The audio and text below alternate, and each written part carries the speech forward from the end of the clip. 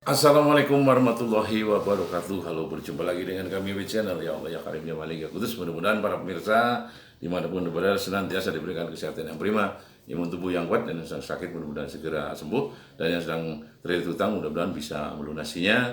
Serta kita selalu berdoa dan memohon agar kita diberikan kemudahan, kelancaran, dan juga diberikan keberkahan ekonomi dan rezeki yang melimpah, penuh barokah dan penuh manfaat untuk kita semua. Amin amin ya rabbal alamin. Untuk kali ini saya sedikit ingin memaparkan sebuah narasi dari Satrio Piningit, karena Satrio Piningit ini sesuatu yang mesti kita sebarkan, karena beliau merupakan sosok yang akan betul-betul membimbing kita dan membawa kita kepada jalan kebenaran.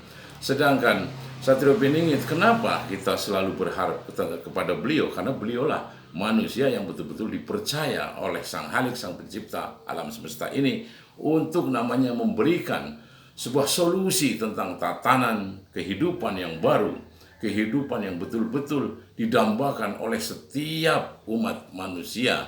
Dan Satrio Piningit ini memang mempunyai suatu karakter kecerdasan yang luar biasa. Jadi cerdas atau jenius itu hampir sama sebetulnya.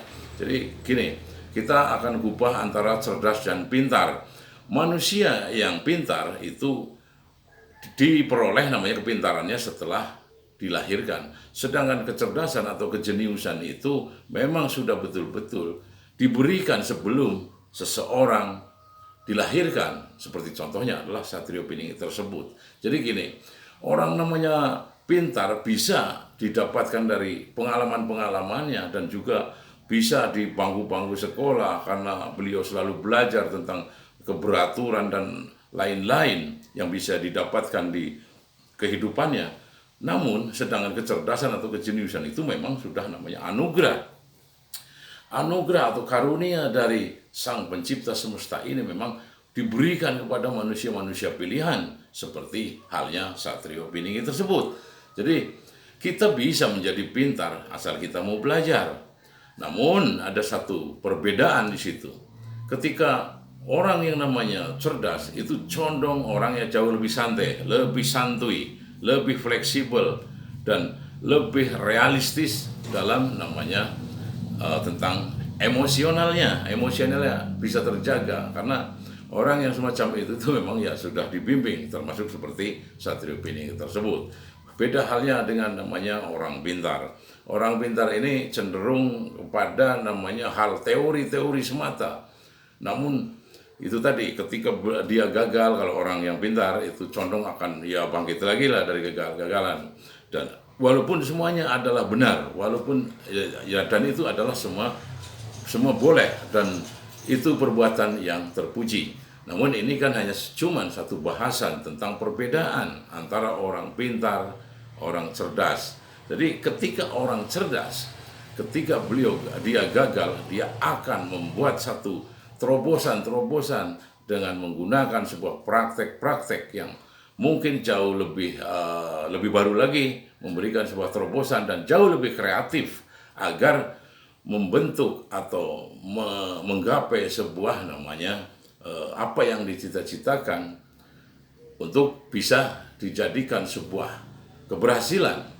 Namun bertolak belakang dengan namanya orang pintar tersebut.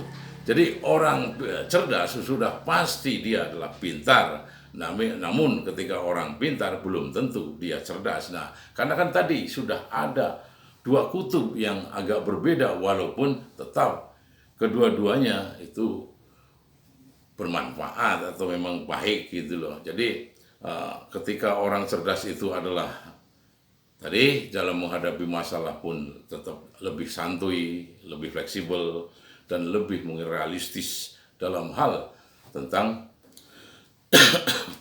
namanya inilah apa ya, emosionalnya itu lebih stabil ketimbang orang-orang yang pintar. Karena orang-orang pintar didapatkan dari saat tadi sebuah pengalaman. Karena tadi kan sudah sering kita dengar bahwa pengalaman adalah guru yang bijaksana, guru yang lebih baik, gitu kan.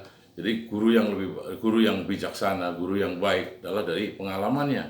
Tapi sama-sama bahwa semua adalah manfaat. Yang penting kita tidak menyimpang dari hal-hal yang betul-betul diajarkan oleh namanya Satrio Piningit yang tentang kebaikan hidup, tentang kemurnian hidup dan ketulusan hidup tadi.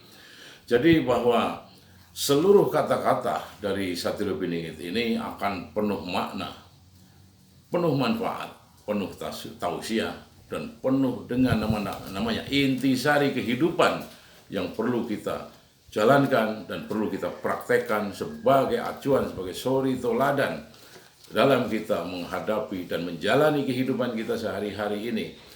Yang penting tadi, kalau kita sebagai manusia, ya tetap tadi berpikirlah untuk yang positif-positifnya.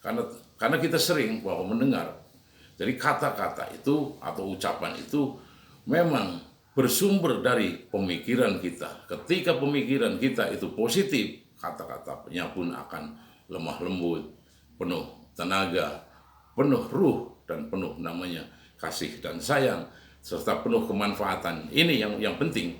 Jadi, namun sebaliknya, ketika apa yang dipikirkan kita sudah namanya negatif dan kotor, yang keluar pun kata-katanya pun akan condong ke arah yang jauh, yang negatif, ke arah yang mungkin kurang menyenangkan, dan bisa mungkin namanya membuat suatu ketidakenakan untuk orang lain, atau membuat orang lain itu menjadi tidak nyaman, tidak kondusif, dan selain sebagainya. Inilah adalah merupakan sebuah namanya kata-kata yang bermakna.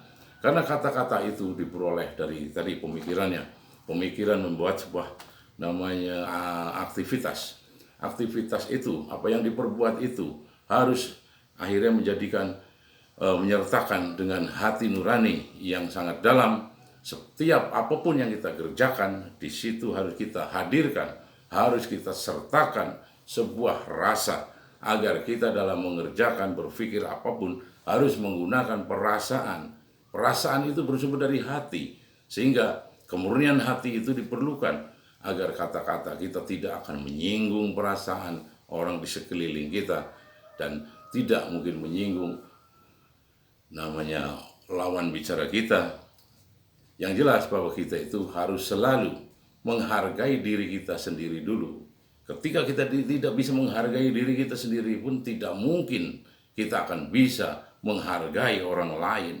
Sehingga kata-kata yang penuh makna, kita mesti banyak belajar kepada Satrio Piningit. Karena Satrio Piningit memang orang yang betul-betul terpilih, orang-orang yang mempunyai watak wase sening segoro, dan juga manusia yang memiliki suri toladan yang luar biasa, dan memiliki sifat dan watak memayu hayuning bawono yang bisa untuk sebagai patokan seorang pemimpin, untuk bisa mengayomi, bisa melindungi, bisa mendengar, dan bisa melaksanakan apa yang didengar tadi, apa usulan-usulan tadi, untuk diejawantakan atau dibuktikan atau dikerjakan untuk kemaslahatan umat. Mungkin cukup sekian, dan terima kasih. Wassalamualaikum warahmatullahi wabarakatuh.